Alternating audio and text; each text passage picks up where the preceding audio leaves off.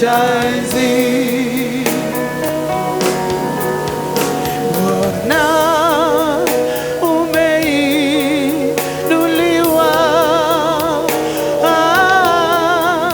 katika kiti chako cha enzi. Sema Bwana umeinuliwa katika kiti chako cha enzi. Imba Bwana umeinuliwa katika kiti chako cha enzi. Bwana ameinuliwa kwenye kiti chake cha enzi. Bwana umeinuliwa katika kiti chako cha enzi, mfalme mwema. Kiti chako cha utukufu Masihi umeinuliwa. Hakuna mwingine kama wewe Jehova Shama. Umeinuliwa kati ya wakuu wote Jehova. Umeinuliwa kati ya malaika wote mfalme mwema. Umeinuliwa kati ya miungu yote Jehova Shama. Maana kuna mwingine kama wewe mfalme mwenye uwezo. Umeinuliwa mfalme mwenye uwezo. Ni wewe pekee Jehova Shama. Sijaona mwingine kama wewe mfalme wa Shama. Bwana umeinuliwa katika kiti chako cha enzi. Imba Bwana umeinuliwa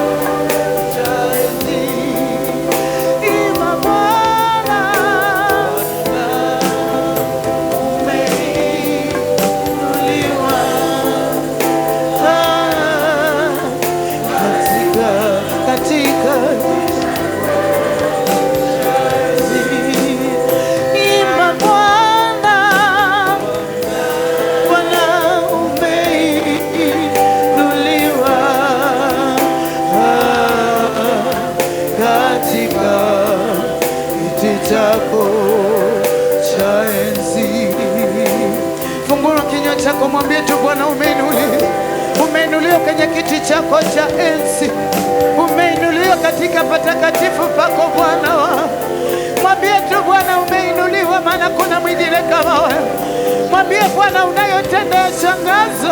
Umeinuliwa kati ya wanadamu wote, mfalme mwema. Hakuna mwingine kama wewe Jehova Shama, hakuna mwenye uwezo kama wako Jehova Shama. Fungua kinywa chako, mwadhimishe Bwana.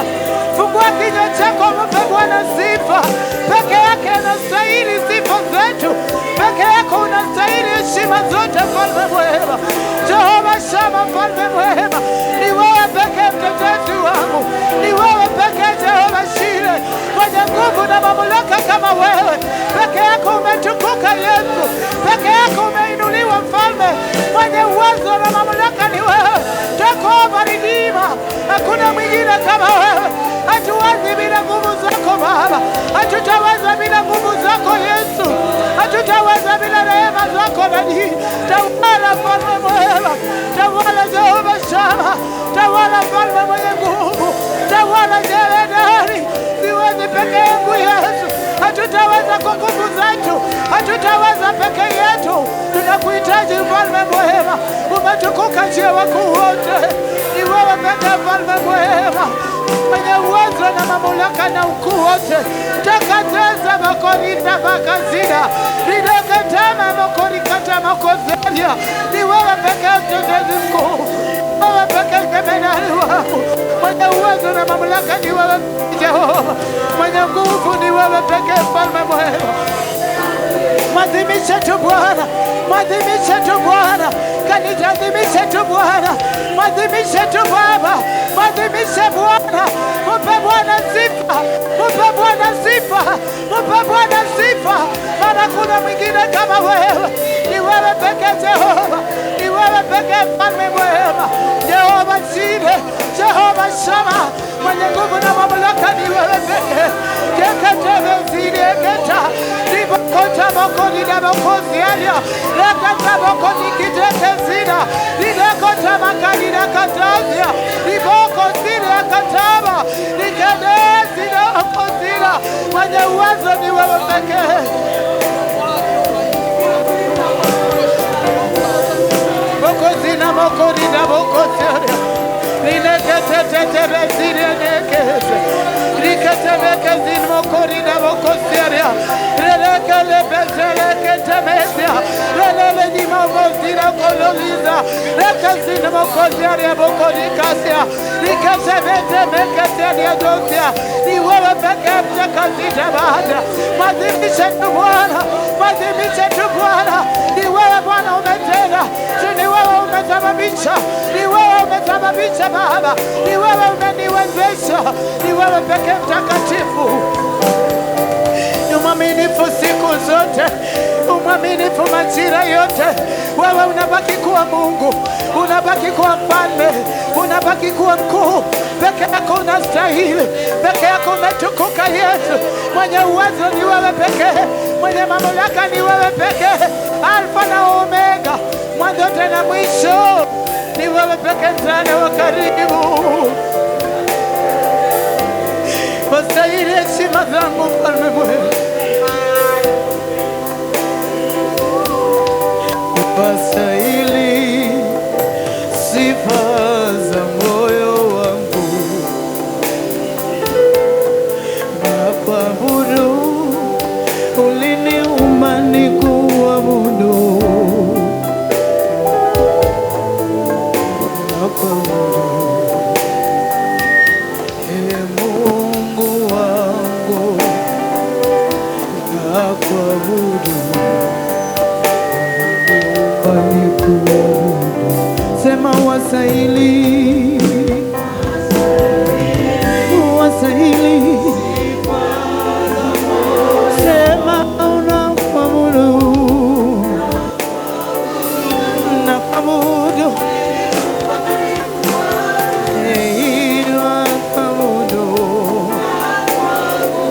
nakuabudu, nakuabudu, yewe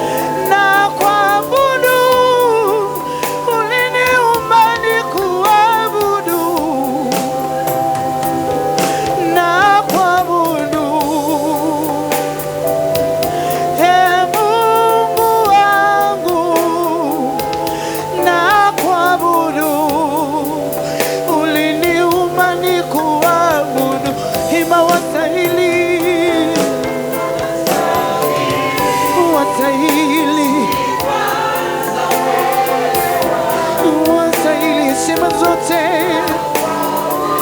Na kuabudu maana wewe pekee unaweza. Na kuabudu maana wewe pekee unatenda maajabu. Na kuabudu,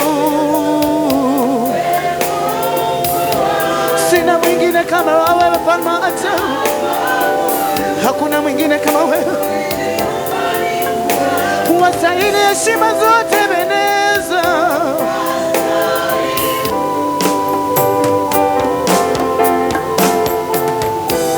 Na kuabudu, na kuabudu, na kuabudu, na kuabudu, na kuabudu.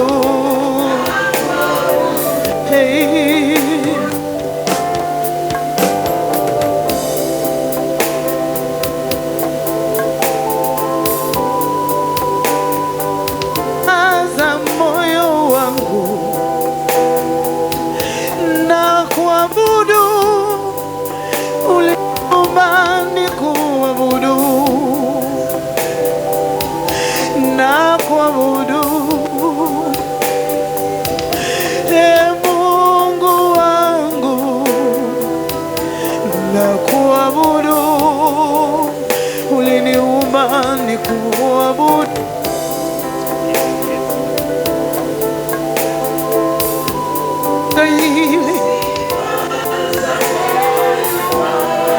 Na kuabudu, na kuabudu.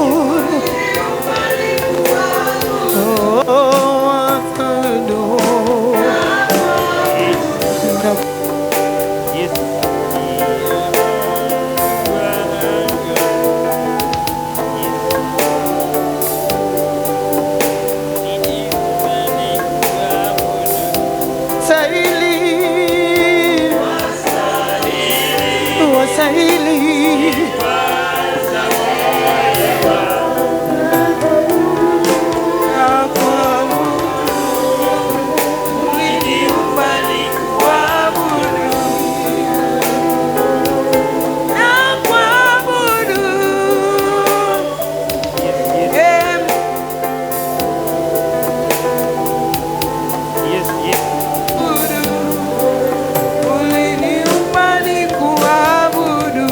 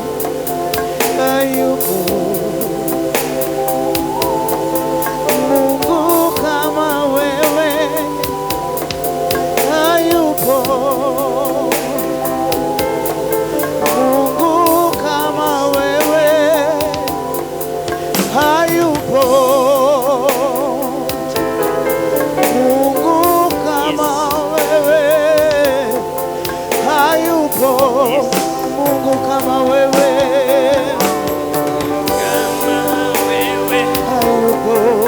hayupo Mungu kama wewe,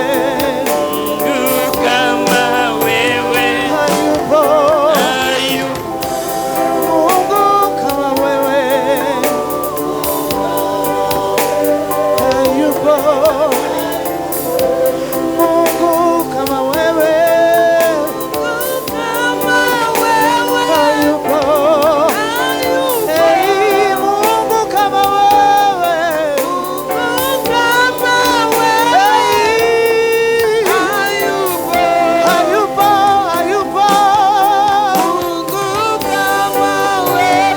hayupo hayupo kama wewe, hayupo mwenye uwezo kama wewe, hayupo anayeweza kama wewe, hayupo mtetezi kama wewe, hayupo hey, hayupo hey, hayupo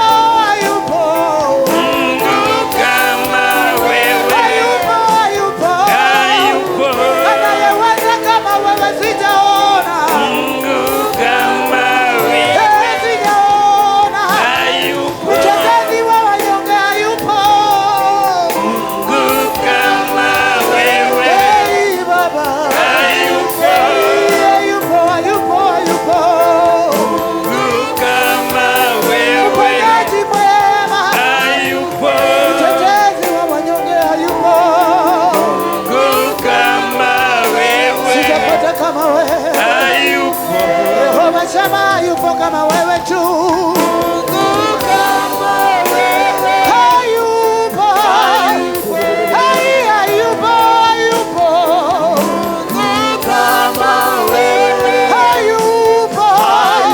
mponyaji kama wewe, hayupo hey, sijaona anayeweza yote, hayupo kama wewe, anayekomboa hayupo, anayetetea hayupo kama wewe,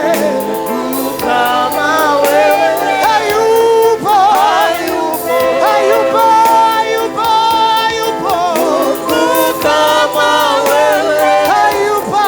hayupo Eli, hayupo mwenye uwezo kama wako, Eli mponyaji kama wewe, sijaona mwenye uwezo kama wewe, hayupo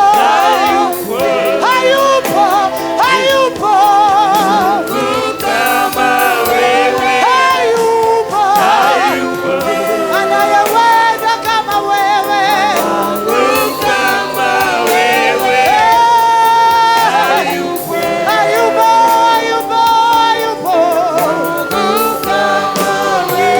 hayupo anayeponya magonjwa, sijaona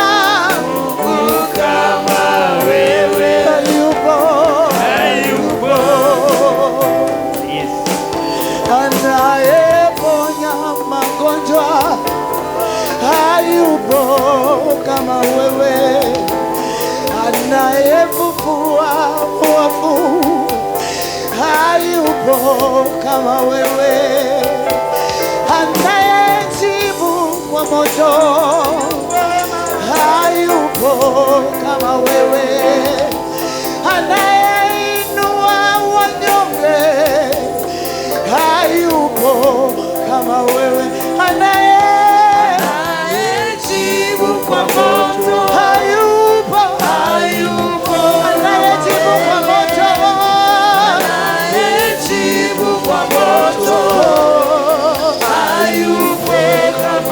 anayeponya kwa moto, hayupo anayeokoa,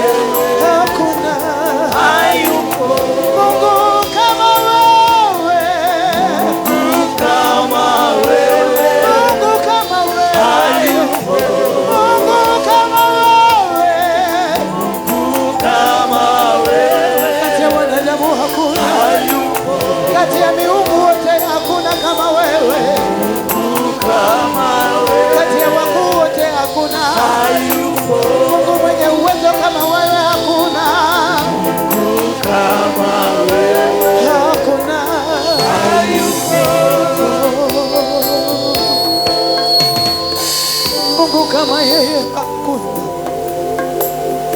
Mungu wetu kama yeye hakuna.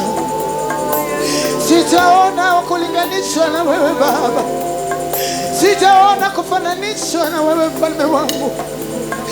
Chini ya jua sijaona mwenye kutenda jinsi unavyonitendea. Sijaona mwenye baraka kama zako Rabi. Sijaona mwenye mguso kama wako mfalme mwema.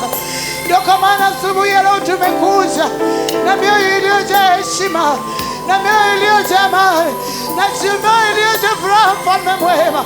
Usema kwamba tunapokiri kwa maneno yetu kwamba hakuna kama wewe, hayupo kama wewe, hakutawahi kuwa kama wewe. Ni wewe pekee unaweza, ni wewe pekee umetenda, ni wewe pekee umesababisha, ni wewe pekee umetuheshimisha.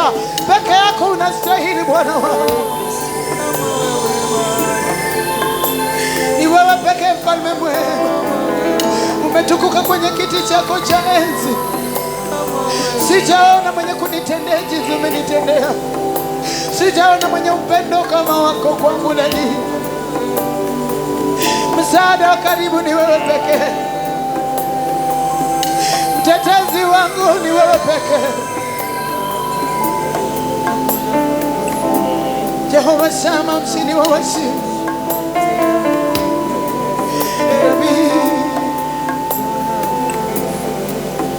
Sijaona kama wewe. Kila siku, kila saa,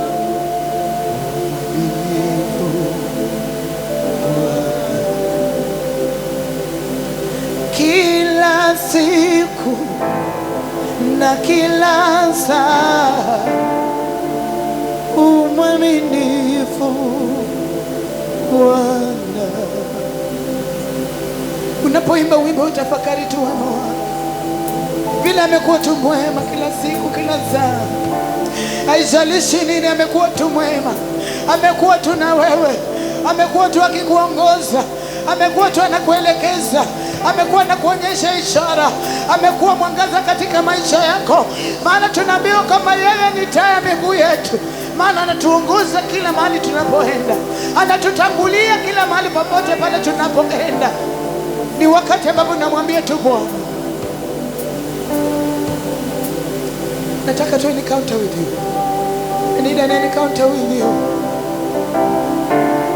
Ndani ya moyo wako umetamani kukutana na huyu anayetenda makuu.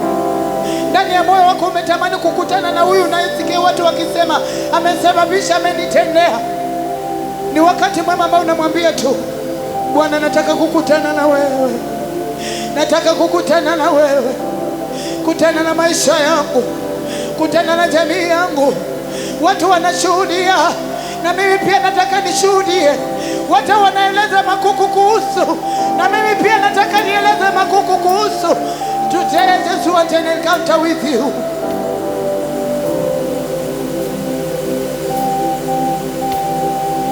Nijaze na Roho Mtakatifu, niweke karibu na wewe. Nijaze na Roho Mtakatifu, niweke karibu na wewe. Nijaze na Roho Mtakatifu. Hiyo ndio tamaa ya moyo wangu. Niweke karibu na wewe. Nijaze na Roho Mtakatifu, niweke karibu na wewe. Niweke karibu na wewe. Nijaze na Roho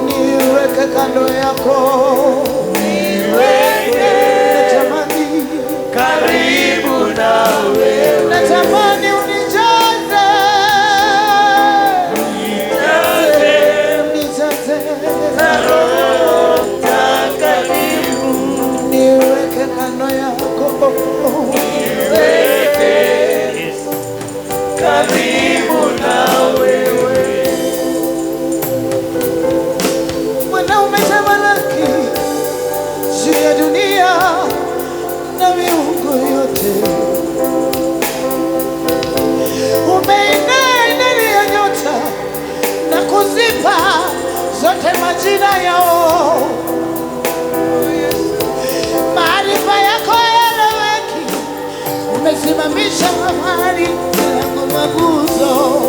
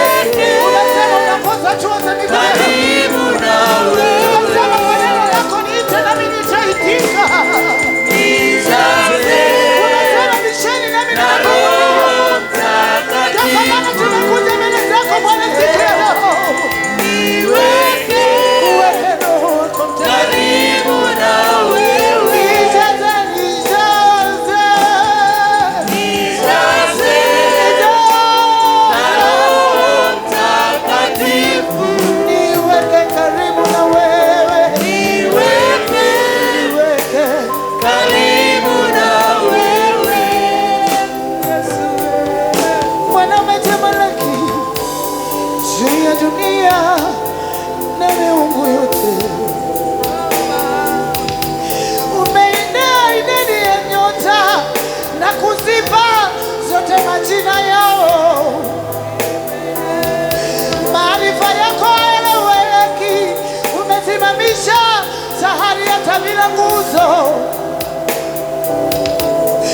Ewe Mungu wa ajabu, ewe Mungu mkuu, nijaze Baba.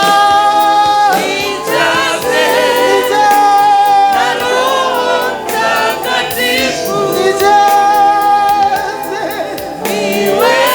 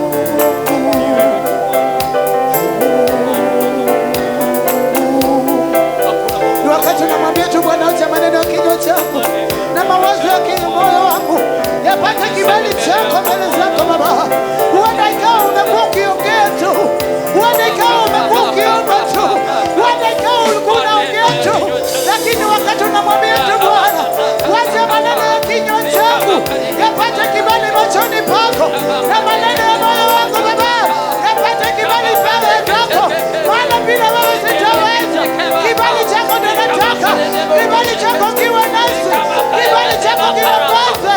Bwana, nikiwa na kibali chako niko salama Yesu. Maneno ya kinywa changu na mawazo ya moyo yapate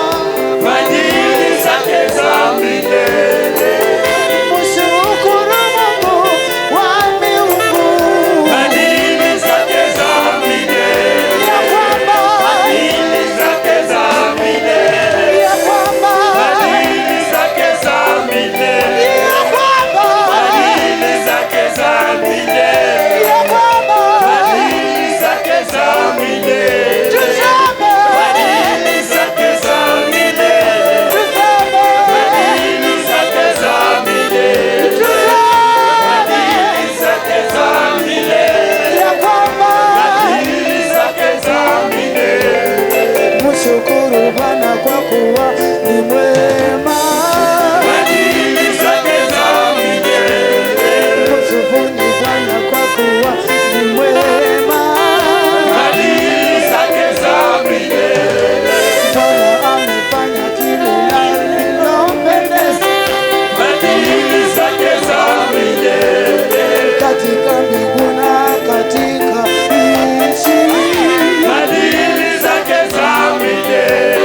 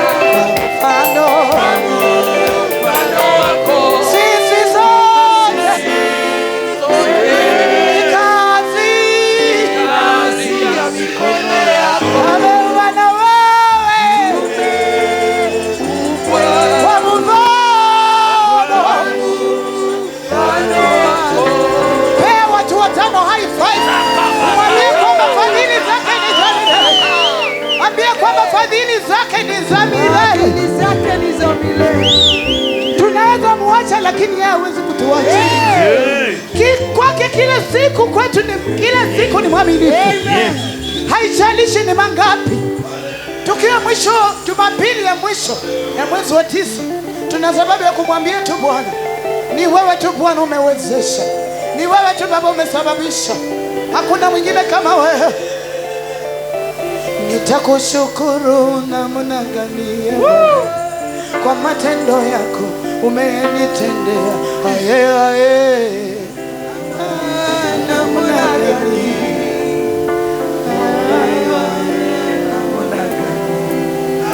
nitakuimbia namna gani kwa matendo yako unayonitendea. Owe owe Baba, nikuimbie namna gani Baba, nikuchezee namna gani Baba, namna gani nikuchezee namna gani Baba, namna gani nimejibu gani Baba, kwa matendo yako makuu ya ajabu Baba, namna gani nikuimbie namna gani Baba, namna gani nikusifu namna gani Baba, namna gani matendo yako ya ajabu Baba, namna gani namna gani nikusifu namna gani Baba, namna gani namna gani Baba, nikurukie namna gani Baba, namna gani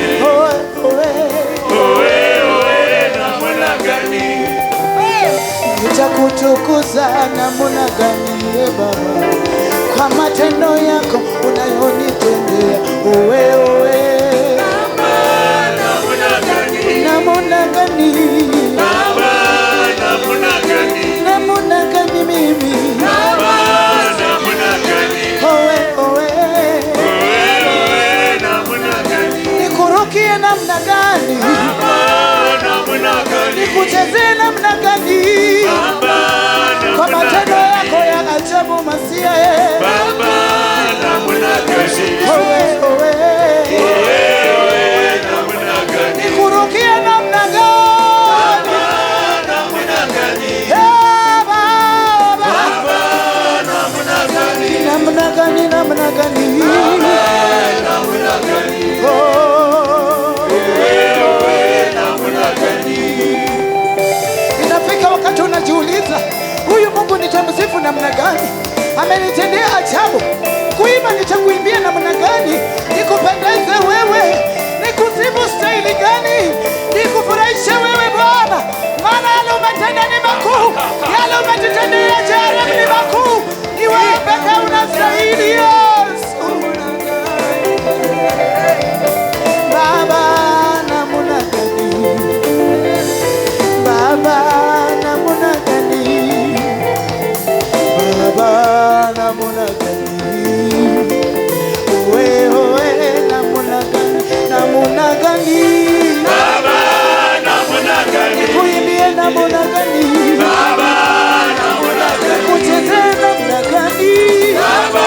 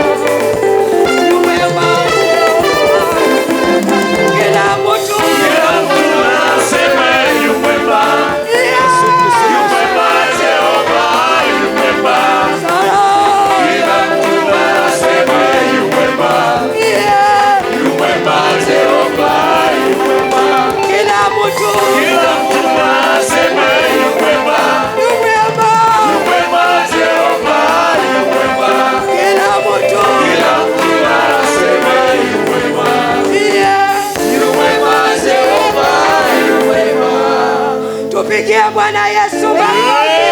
Tupigie Bwana Yesu makofi. Haleluya. Haleluya. Amen. Kila mtu na aseme yu mwema. Amekuwa mwaminifu kuanzia Januari, Februari, March, April, May, June, July, August, September. Jumapili ya mwisho tuna sababu ya kumwambia ya kwamba yeye ni mwema katika maisha yetu. Amen. Salamia watu wawili watatu ukiwaambia Mungu amekuwa mwema katika maisha yangu, unapotulia katika kiti chako.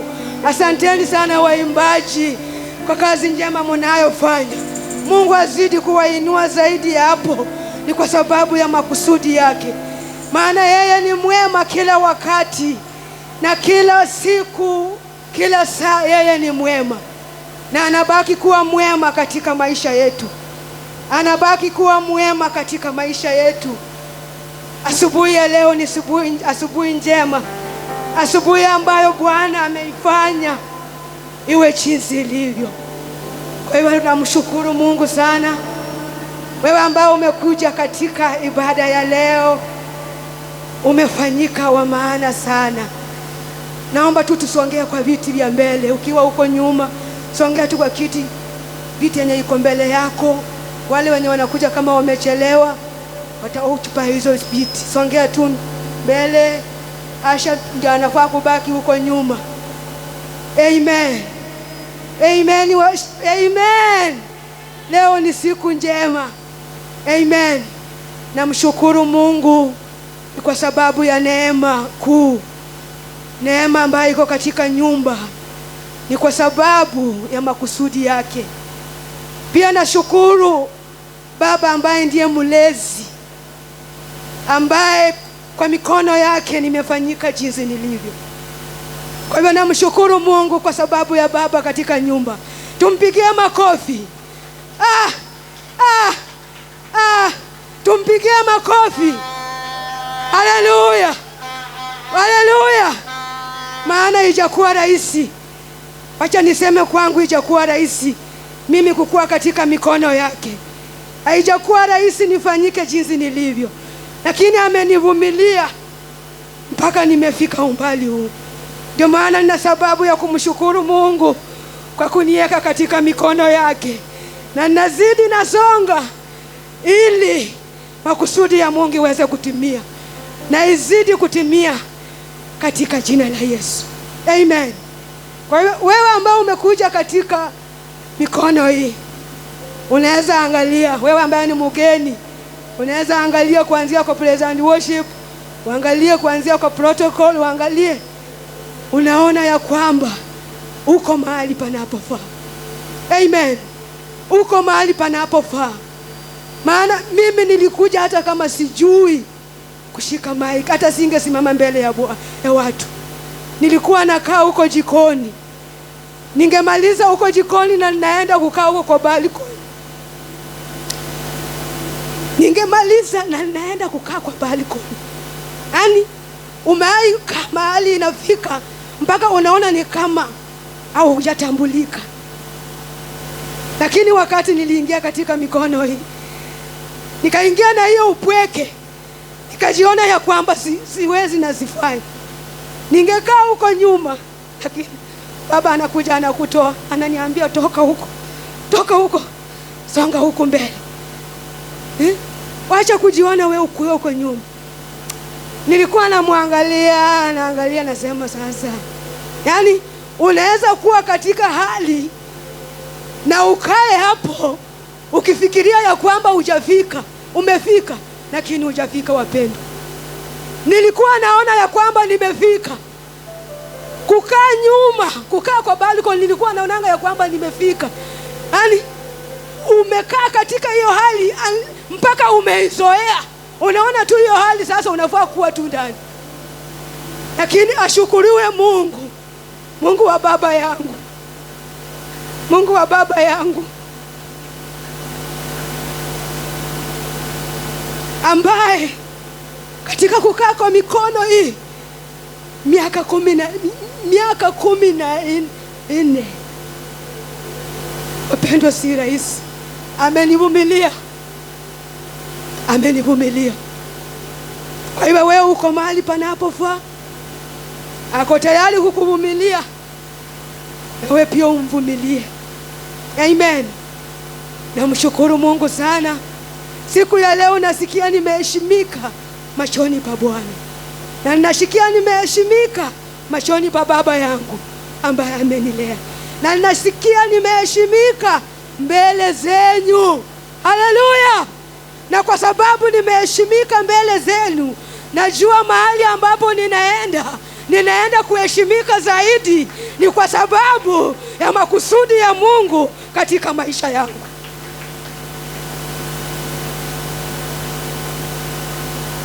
Haijalishi vile wanakuona sahi, kesho yako ni ya muhimu. Sikujua ya kwamba naweza fika siku ya leo na nisimame mbele ya watu, lakini kwa sababu Mungu ana mipango mema na maisha yetu. Haijalishi utawekwa chini mara ngapi, haijalishi madhabahu ya ukoo yatakuweka chini mara ngapi, so long as utakuwa katika mikono ambaye inaweza ikakutengeneza na ukaonekana machoni pa Mungu, Mungu yuko tayari kukutengeneza na kukufikisha umbali ambao anataka uweze kukua. Haleluya! Hii ni kwa wale ambao wanaamini. Wewe ambao unaamini uko mahali panapofaa, wewe ndiye nimetumwa kwako siku ya leo, Jumapili ya mwisho ya mwezi wa Septemba tarehe 28. Nimetumwa kwa mtu ambaye ako chini, mtu ambaye amekuwa mavumbini, mtu ambaye alidharauliwa, mtu ambaye alionekana ya kwamba hawezi akachomoka. Huyo ndio mtu ambaye nimetumwa kwake asubuhi ya leo. Huyo ndio mtu ambaye nimetumwa kwake, ni kwa sababu ya makusudi ya Mungu aliyeyapanga katika maisha yako. Na kwa sababu leo ni leo. Leo ni leo wapendwa. Roho wa Mungu ako katika nyumba. Roho wa Mungu ako katika nyumba. Ni kwa sababu ya kile ambacho kinataka kutendeka siku ya leo. Kwa majina naitwa Pastor Eunice. Nilikuja kwa mikono hii nikiwa msichana wa kazi. Nikiwa msichana wa kazi. Anaitwa maid, wacha msichana wa kazi maid. Lakini sikujua siku moja naweza simama mbele ya watu. Sikujua. Niliona maisha yangu iliisha. Lakini kumbe kuna Mungu. Kuna Mungu wapendwa. Kuna Mungu anayekutengeneza. Na akiamua kukutengeneza, haijalishi watasema nini. Mungu huyo yuko katika nyumba asubuhi ya leo. Ni kwa sababu ya kushika mtu mkono. Ni kwa sababu ya kusababisha mtu aweze kusonga mbali. Mungu wa Daudi yuko katika nyumba. Mungu anayeinua kutoka mavumbini. Mungu anayeinua waliodharauliwa, walioonekana ya kwamba hawawezi, yuko katika nyumba siku ya leo. Ni kwa sababu ya kushika mtu mkono na kumuingiza katika makusudi yake. Yuko katika nyumba.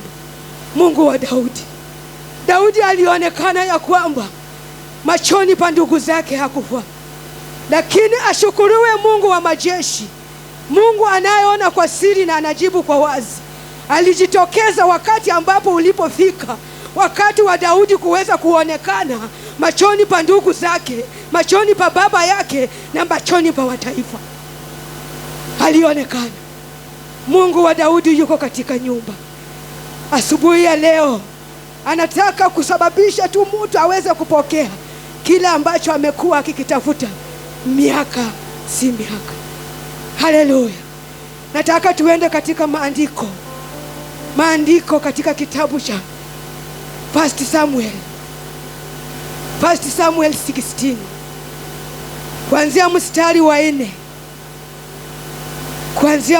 wa 4, tuweze kujua Mungu anasema nini wakati ambapo anamtuma nabii Samueli kwenda katika nyumba ya Yese. Anamtuma huko ni kwa sababu kulikuwa na mtu ambaye alikuwa amesaulika katika nyumba ya Yese. kulikuwa na mtu ambaye hakuwa anaweza akaongea machoni pa ndugu zake, na ni Yesu Kristo ambaye ndiye simba wa kabila wa Yuda, mtetezi wa wanyonge. Alipoangalia ya kwamba na akaona ya kwamba leo ni siku ambayo mtaifanya iwe jinsi ilivyo, ni kwa sababu ya watesi wa Daudi. First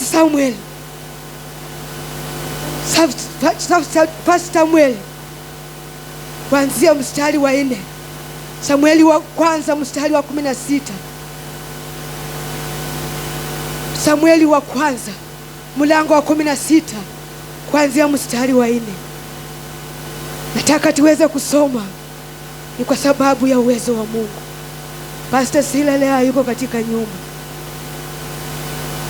mtu aweze kutusomea maandiko kutoka kwa kitabu cha First Samuel.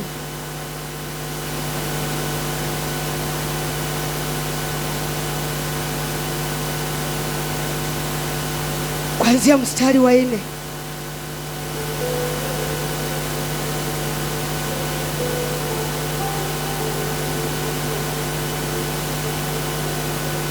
Haleluya, kuna watu na Biblia hapa. Haleluya. Kuanzia mstari wa 4.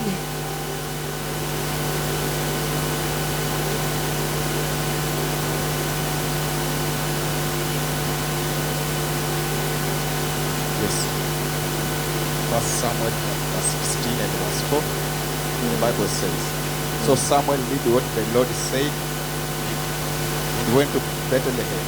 And the elders of the town trembled at his coming and said, do you come peaceably? Verse 5. And he said, peaceably. I have come to sacrifice the Lord. Sanctify yourself and come with me to the sacrifice. Then he consecrated Jesse and his sons and invited them to the sacrifice. Verse 6. So it was when they came that he looked at Eliab and said, sure, the Lord's anointed is before him. Verse 7. But the Lord said to Samuel, do not look at his presence or at his physical stature, because I have refused him. For the Lord does not see as a man sees. For a man looks at the outward appearance, but the Lord looks at the heart. Verse 8. So Jesse called Abinadab and made him pass before Samuel. And he said, neither has the Lord chosen this one. Verse 9. Then Jesse made Shammah pass by. And he said, neither has the Lord chosen this one. Verse 10. Thus Jesse made 7 of his sons pass before Samuel. And Samuel said to Jesse, Lord has not chosen this.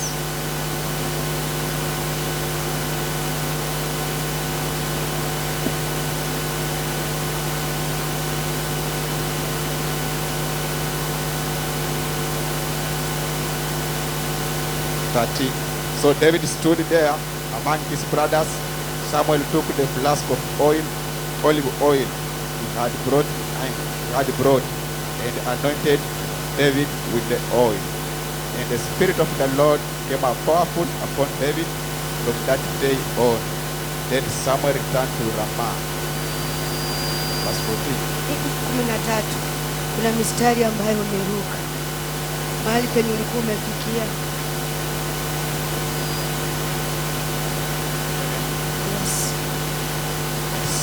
Samuel said to Jesse, are all the young men here?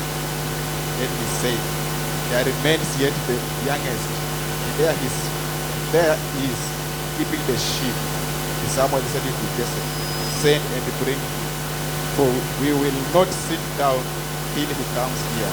Verse 12. So he sent and brought him in. Now he was ready, with the bright eyes, good looking. The Lord said, arise, anoint him, for this is the word. Verse 13. And Samuel took the horn of oil and anointed him in the midst of his brothers. The Spirit of the Lord came upon David from that day on. So Samuel rose and went to Ramah, blessing the Spirit trampled. So, verse 14, but the Spirit of 13. Asante sana, barikiwa sana. Acha tuamini tunapoomba. Mfalme, wewe ni Mungu mwema, wewe ni Mungu mwenye sifa. Asante kwa neno lako Bwana, neno ambalo umelipaka mafuta. Ni kwa sababu ya makusudi ya mtu katika nyumba ya leo Bwana. Kuna mtu ambaye unainua, kuna mtu ambaye unabariki, kuna mtu ambaye unaguza maisha yake kupitia kwa neno hili. Wacha likafanyike la baraka Bwana. Napolisikiza Bwana, wacha utukufu ikakurudie, maana unaweza. Na ni katika jina la Yesu Kristo naomba na kushukuru. Amen. Maandiko inanena kuhusu Daudi. Na maandiko inanena katika kitabu cha 1 Samuel 16 kuanzia mstari wa 4. Unaweza anzia mstari kuanzia mstari wa kwanza. Hapa ni wakati ambapo Mungu ananena na Samueli. Anawaambia Samueli ya kwamba ondoka ukaende katika nyumba ya Yese. Unapofika katika nyumba ya Yese, kuna yule ambaye nimemwandaa, ni kwa sababu ya wewe kuweza kumpaka mafuta, ni kwa sababu ya kazi yangu. Kwa hivyo hadithi inaashiria Samueli akiondoka akienda katika nyumba ya Yese. Na katika nyumba ya Yese anakutana na wana wa Yese, anakutana na Yese mwenyewe, na anakutana na wazee ambao walikuwa katika mji huo. Wakati ambapo Samueli anafika katika mji huo, ukianzia mstari wa 4, kuna wazee ambao wanamlaki wakati Samueli anapotumwa na Mungu kwenda katika nyumba ya Yese. Lakini anapofika analakiwa na wazee ambao tayari walipomuona wanamuuliza ya kwamba, je, umekuja aje? Umekuja kwa amani? Na kwa sababu Mungu ndiye aliyekuwa amemtuma Samueli katika nyumba ya Yese, hakuwa amemwambia ni nani huyo ambaye anaenda kumuanointi. Ndio maana unaona wakati ambao nabii Samueli anaenda katika nyumba ya Yese na anakutana na hao wazee wanakosa amani, wanakosa kujua ya kwamba ni nini ambayo imesababisha nabii Samueli kuweza kukuja katika mji huu. Ni nini ambayo imesababisha nabii Samueli kuweza kuonekana katika mji huu? Na Samueli anajibu, anawaambia ya kwamba hapana, nimekuja kwa amani. Nimekuja kwa amani. Nimekuja kwa amani. Na wakati ambapo Samueli anawaambia nimekuja kwa amani, wazee hao wanakuwa na tashwishi katika mioyo yao. Amekuja kwa amani. Kila mahali popote ambapo nabii wa Mungu anakanyaga, lazima kukuwe na mshawishi, lazima kukuwe na mshawishi, lazima kukuwe na mshutuko. Ni kwa sababu gani? Nabii akitumwa mahali, atumwangi tu kwa sababu ya mtu wa kawaida. Anatumwa akiwa amebeba ujumbe wa Bwana katika maisha ya mtu ama katika mji fulani. Ni kwa sababu ya makusudi ya Mungu kuweza kutimia. That's why unaona nabii Samueli anakata hao wazee, anawaambia nimekuja kwa amani. Lakini amekuja na anakutana tena na wazee, anakutana na Yese ambaye ndiye aliyekuwa ametumwa kwao. Mungu alikuwa amemtuma kwa Yese. Yese anashindwa kujua nabii huyo amekuja ni kwa sababu gani. Hakujua ya kwamba nabii huyo amemtumwa ni kwa sababu ya watoto wake. Hakuwa amejua. Na wakati ambapo Samueli anamuelezea kuhusu kile ambacho kinataka kutendeka, anamwambia ya kwamba mimi nimekuja tu si kwa sababu nyingine. Mstari wa 5, maandiko inasema ya kwamba and he said peacefully, I come to sacrifice unto the Lord. Sanctify yourself and come with me to the sacrifice. And he sanctified Jesse and his son. anawatakasa Yese pamoja na wana wake, na aambii Yese ni nini ambaye inataka kutendeka. Lakini ukiendelea kusoma maandiko inasema ya kwamba mstari wa 6, and it came to pass when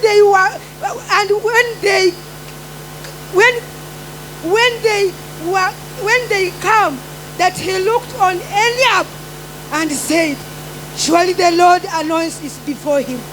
Wakati ambapo Samueli anaangalia na anaona Eliab, anasema ni huyu. Samueli amefika mahali pale, ameangalia Eliab na ameona Eliab anapendeza, Eliab anavutia. Samueli anaangalia anasema ni huyu, ni huyu, ni huyu, ni huyu, ni huyu, ni huyu, ni huyu. Lakini ukiendelea maandiko inasema ya kwamba Mungu anaambia nabii Samueli ya kwamba sio huyu, sio huyu, sio huyu, sijatumwa kwa huyu, sijatumwa kwa huyu. Samueli anakosa amani. Nifanye nini? Nifanye nini? Anaambia Yese sio huyu. Yese anapitisha Shama anapita na mishuli yake, anapendeza kwa macho ya wanadamu, macho ya nje anapendeza, anaonekana handsome. Mungu anamwambia hapana, mimi sio huyo, mimi sio huyo, mimi ni Mungu ninayeangalia ndani ya moyo, mimi ni Mungu ninayeangalia ndani ya moyo, mimi ni Mungu ninayeangalia ndani ya moyo. Siangalii vile wanadamu wanaangalia, siangalii vile wanadamu wanaangalia, siangalii vile wanadamu wanaangalia. Samueli anashangaa, ni nini?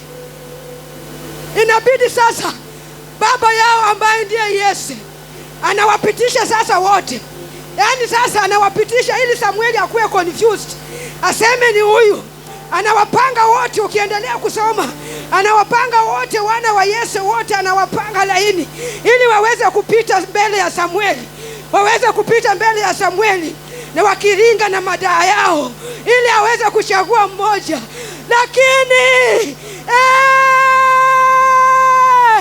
litatatisatata lipapatarapa lilasitara Yesu. Mungu anawaambia hapana, hapana, hapana, hayuko hapa, hayuko hapa. Samueli anashindwa, hayuko hapa. Samueli sasa anashindwa afanye nini, na Yese naye amefurahia, maana hawa ndio wana ambao baba unajua tu baba akitembea na mtoto, baba wale watoto ambao baba anapenda wanatembeanga na baba, wanavaa vizuri, wanatembea kabisa kwa madaa, maana wako na baba ambaye amewashika mkono, wanatembea kabisa kwa madaa. Lakini kuna mtu mwingine ambaye ako huko msituni, ambaye ako huko msituni, yeye kazi yake ni kumulilia Mungu, yeye kazi yake ni kumulilia Mungu. Lakini kuna wengine wanatembea kwa madaa, wanatembea kwa madaa, wanasema ndio mimi, wanasema ndio mimi. Lakini Mungu anaambia Samueli, sio mimi, sio mimi niko ndani yao, sio mimi, hapana, hawako hapa. Samueli anashindwa afanye nini, anaamua kuuliza Yese swali, anauliza Yese swali, nikuulize, hawa ndio wana wako wote, hawa ndio wana wako wote, wameisha, wameisha. Yese anasema angali mmoja ako huko anachunga kondoo huko, kako huko msituni kanachunga kondoo. Asema kuna mwingine amebaki, kuna masalio, kuna masalio, kuna masalio, kuna masalio katika nyumba, kuna masalio katika nyumba, kuna masalio katika nyumba. Mtu aliyekuwa amesaulika, mtu aliyekuwa amesaulika, mtu aliyekuwa amesaulika. Samueli anajibu anasema nini? Samueli anajibu anasema nini? Anasema basi huyo ndio tunataka, huyo ndio tunataka. tumana haraka wamuite, maana sitakaa chini mpaka aweze kufika. Kila kitu inasimama ni kwa sababu ya yule ambaye alikuwa kamstuni, yule ambaye alikuwa amedharauliwa, yule ambaye hakuonekana ya kwamba anaweza simama mbele ya watu. Huyo ndiye kila kitu inasimama. Kila kitu inasimama. Samueli anasema sitakaa chini mpaka afike. Wacha kukuwe na mtu ambaye anakosa amani siku ya leo. Anasema sitakaa chini mpaka Eunice afike. Sitakaa chini. Weka jina yako, weka jina yako. Wacha kukuwe na mtu ambaye atakosa amani ni kwa sababu yako. Yes, mtu ambaye atakosa amani kwa sababu yako. Samueli anasema angali mmoja. Alifikiria akisema ya kwamba angali mmoja atamwambia basi nimeisha. Lakini anamwambia huyo ndio tunataka, huyo ndio nimetuma kwake. Tumana akuje, maana sitakaa chini mpaka aweze kufika. Na wakati ambapo Daudi anafika, Daudi vile maandiko inasema ya kwamba alikuwa kijana mhandisi, alikuwa msichana mhandisi mfupi, sio mrefu na sio mfupi, alikuwa mhandisi, lakini ako katika msuni ananukia huko, lakini ni yeye ni mhandisi. Amepeleka mhandisi kwa msituni, litarisa tararira, amepeleka kwa msituni na anaambiwa ya kwamba wewe ndio tunataka. Sasa nilikuwa najiuliza, wakati ambapo Samueli anatumana waende waite Daudi katika msituni, kondoo zilibaki na nani?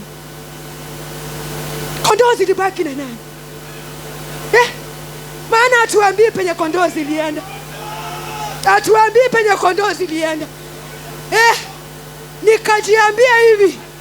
Nilijiambia hivi, kuna uwezekano huko mahali umewekwa katika hiyo shimo, umewekwa mahali unachunga, lakini wakati wako unapofika, haijalishi hiyo geti utaachia nani.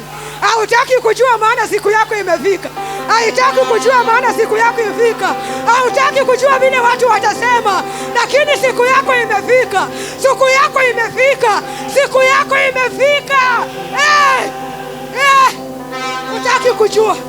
Utaki kujua. Hata kama kuna kuanga na watchman kwa geti, utaki kujua atakwambia nini. Unapita hapo kwa madaa, maana leo ni siku yako, Mungu ameiandaa. Hautaki kujua watchman atasema nini. Hautaki kujua mpendwa atasema nini. Hautaki kujua wenye mnafanya nao kazi watafanya nini, maana umeinuliwa. Umeinuliwa. Anaenda na anakutana na Samueli. Nilikuwa najaribu kuangalia Samueli vile watu wanavanga wachunga kondoo ng'ombe. Mtu anavaa tu ka t-shirt, hata saa zingine kamera ruka tu na shoti iko na mauzi. Naonanga watu huko nyumbani wenye wanachunga kondoo, mauzi zimenini. Anaenda kuchunga msituni, vijiti ndio hizo zinamurarua vijiti. Sijui kama kuna mtu amerokota kuni msituni. Ukitoka msituni unakaanga aje? Nilikuwa na imagine sasa Daudi na kila siku Daudi ako msituni na ng'ombe, anaimba tu wimbo yake na msituni, anachunga ng'ombe hiyo, anachunga hao kondoo wake, vijiti vinamurarua, vitu ya kushika kwa nguo inashika, ana time ya kutoa. Na kuna wale ambao ni misuli wako tu kwa madaa huko, na yeye ako msituni tu na kondoo. Na imagine vile kondoo huwa zinanuka, harufu yenye kondoo huwa inatoka kwanza zikikusanyika mahali pamoja. Una imagine sasa mfalme ndiye anachunga hao kondoo. Mfalme ndiye anachunga hao kondoo. Mfalme ndiye anachunga tu hao kondoo. Ako tu hapo, ajui ya kwamba yeye ni mfalme. Nyota yake ilikanyagiwa chini. Ilikanyagiwa chini. Yeye anaona tu ni kawaida yeye achunge kondoo. Wakati kila siku yeye anaona tu wengine wanapooga wakienda kutembea, yeye naye anachukua kondoo wake na kwenda katika msitu.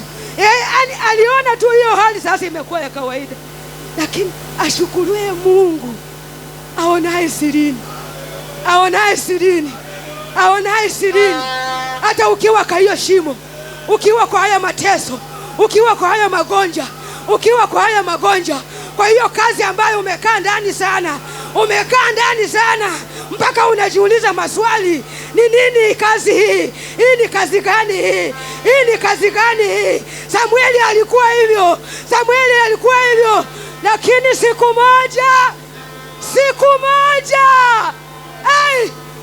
siku moja ilibadilisha miaka yote ambayo alikuwa anachunga kondoo. Siku moja wapendwa,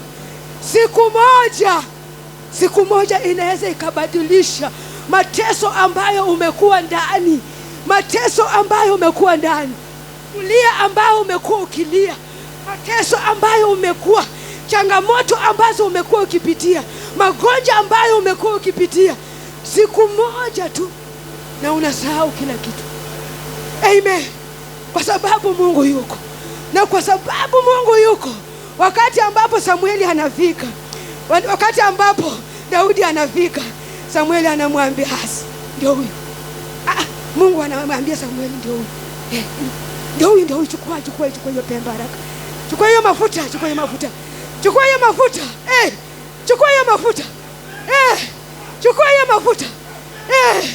Chukua hiyo mafuta haraka. Ni huyo mtu mwenye ako na short. Mtu mwenye ametoka vijiji vimemkwaruza. Ani kwa machoni pa wanadamu, ani vitu vya Mungu vinashangaza. Kwa machoni ya wanadamu vitu vya Mungu vinashangaza. Najaribu kuimagine sasa, Samueli amepiga Daudi amepiga magoti mbele ya Samueli. Amepiga magoti mbele ya Samueli. Amepiga magoti mbele ya Samueli, akiwa mchafu, akiwa ananuka, akiwa anapendezi machoni pa ndugu zake, machoni pa dada zake, machoni pa baba yake, machoni pa mataifa. Na Mungu anasema, ndio huyo.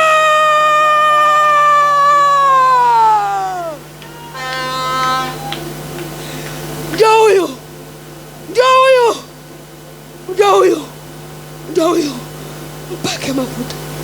Mpake mafuta